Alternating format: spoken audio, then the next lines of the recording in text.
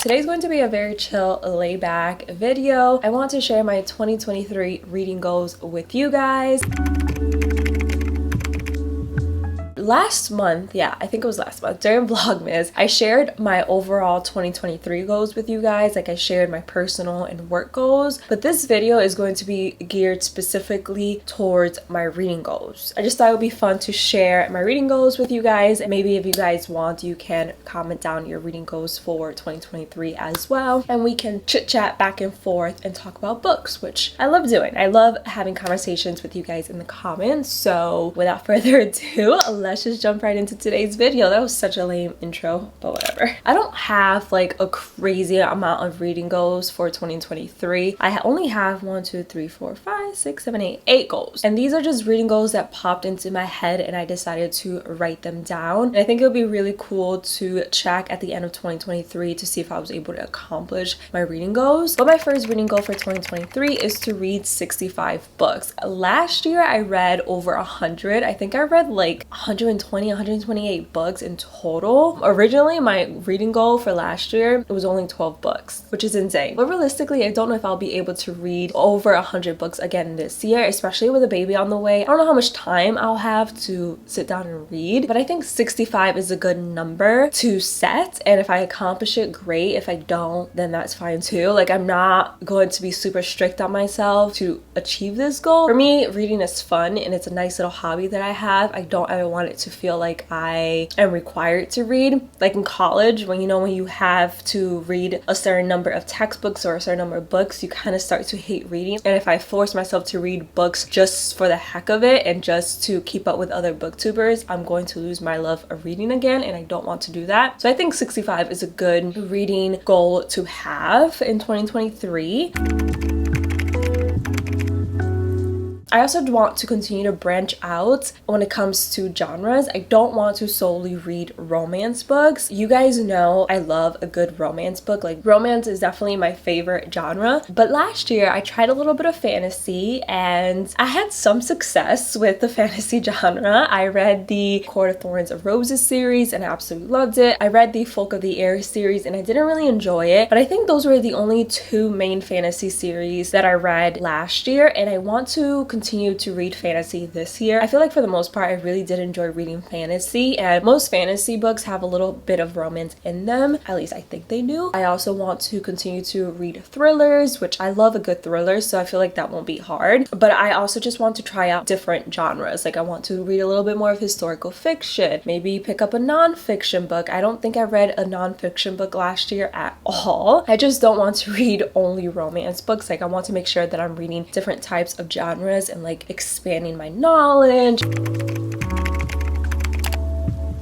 My third goal kind of goes along with what I just said about trying out different genres, but for 2023, I want to read more books that are out of my comfort zone, specifically classic books. Last year, I wanted to read a classic book a month, and I completely failed at that. I have no excuse for failing at that. I just did. But this year, I really want to read more of the classics and try to read books that I stay away from because they seem intimidating to me. Trust me, there are a couple books that I look at and I'm just like, I don't know if I'm ready to tackle that book, or I don't know if I'm going to like it. And instead of like second guessing myself and wondering if I'm going to like it or not, I just want to pick it up and read it and give it a chance, because you never know if you actually like a book until you read it. So I want to actually take more chances when it comes to reading books out of my comfort zone, and again, just reading more of the classics because they're classics for a reason. So I want to actually read them and see what they're all about. Even if I end up hating them, at least I can say like, okay, yeah, I read a Jane Austen book, you know?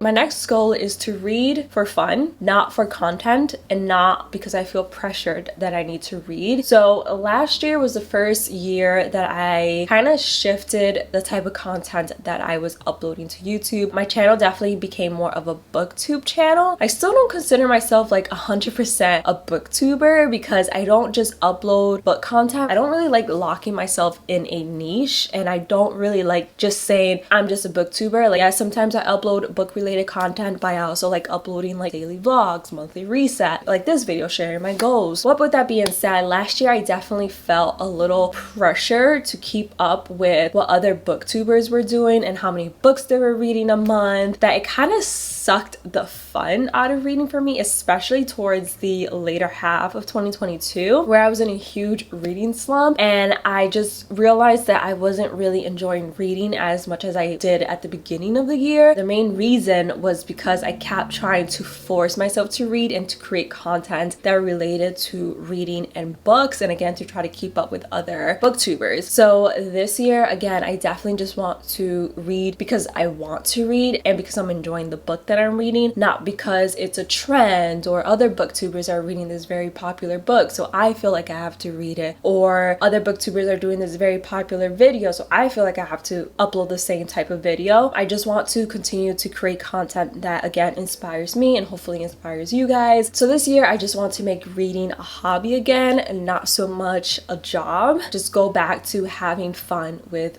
reading, if that makes sense. That was a long rant for no reason, but I hope you guys know what I mean.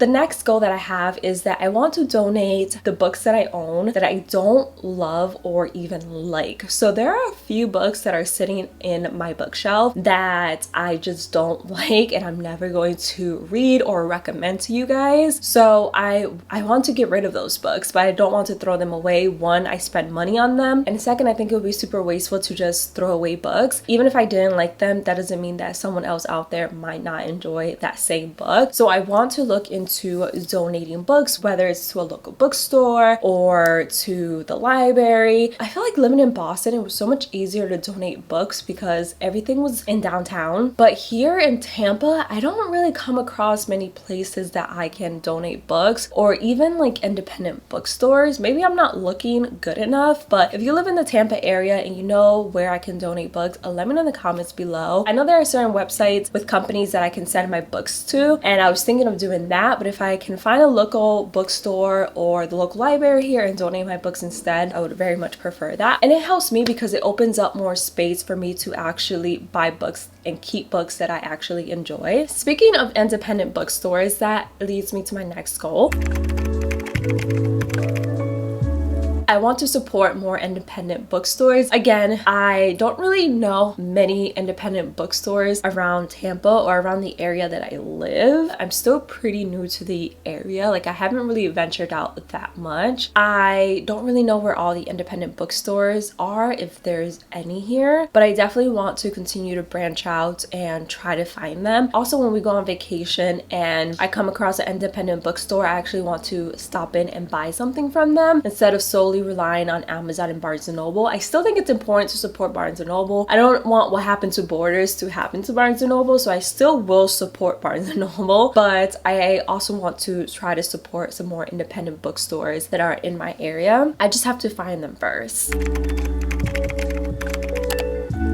I don't mind reading books on my phone. Like, I have the Kindle app on my phone, and there are times when I will just download a book on the Kindle app and read it on my phone. That doesn't really bug me. And I haven't bought a Kindle because, like I said, I have the Kindle app on my phone, which is free, and if I want to buy a book online through the Kindle app, I can. The only reason I kind of want to buy a Kindle in 2023 is because I do plan on breastfeeding, and I've heard from family and friends that breastfeeding can sometimes be very time consuming. So I figured instead of scrolling on Instagram or scrolling on YouTube while my baby's breastfeeding, I can read on my Kindle. I think it'll be easier to obviously hold my baby, make sure that my baby's eating, and hold a Kindle to read versus trying to hold a big physical book, if that makes sense. But then again, the Kindles are pretty large as well, I guess, depending on what size you get. I don't know if it'll be easier to just continue to read on my phone. I don't know what are the true benefits to having a Kindle, you know, compared to just having the Kindle app on your phone. If you have a Kindle, let me know in the comments below if you actually enjoy using it, if you regret your purchase, if you think I should get one this year. I'm constantly going back and forth. I never know if I want to buy one or not, but this year I kind of just want to make a final decision and figure out if I do in fact want a Kindle. I don't know, I kind of just picture myself breastfeeding and reading on my Kindle. I feel like that would be a vibe and it would be easier to keep up with my reading that way. I'll let you guys know what I decide. My last reading goal for 2023 is to actually get into annotating my books. I have been wanting to start annotating my books for a while, but I just haven't really started. I don't know why. I literally have no excuse as to why I have not started yet, but I want to annotate my books. I don't know. I see people annotate their books on Instagram and on TikTok, and it just looks so aesthetic, and it looks like so much fun sitting there with different color highlighters, different color sticky notes, and just going in and highlighting your favorite quotes, highlighting your favorite moments in the book. I feel like that would be a really relaxing thing to do, so I want to start it. Sometimes I'll put in like a post-it note, write down like my thoughts regarding a specific moment that's happening in the book, but I do that mainly so I can refer to that post-it when I talk about the books that I read during my monthly reading wrap-ups, but I don't simply do it for fun. I think this year I'm definitely going to start annotating my books, and maybe I can share how I annotate my books once I actually start doing it. We shall see. Those are all of my 2023 reading goals. I kept this list pretty simple. Again, I don't really want to put pressure on myself to accomplish all of these reading goals. I honestly just wrote these reading goals down for fun. If I accomplish them, great. If I don't, I don't. Like, I'm not going to be too hard on myself, because again, reading for me is just a fun hobby that I like to do. I never want it to feel like a job or like I'm being forced to read. Let me know in the comments below, what are some of your reading goals for 2023? I would love to know. If you enjoyed watching this video, please give it a big thumbs up. Don't forget to subscribe. I would love to have you a part of my channel, and I'll see you guys in the next one. Bye guys.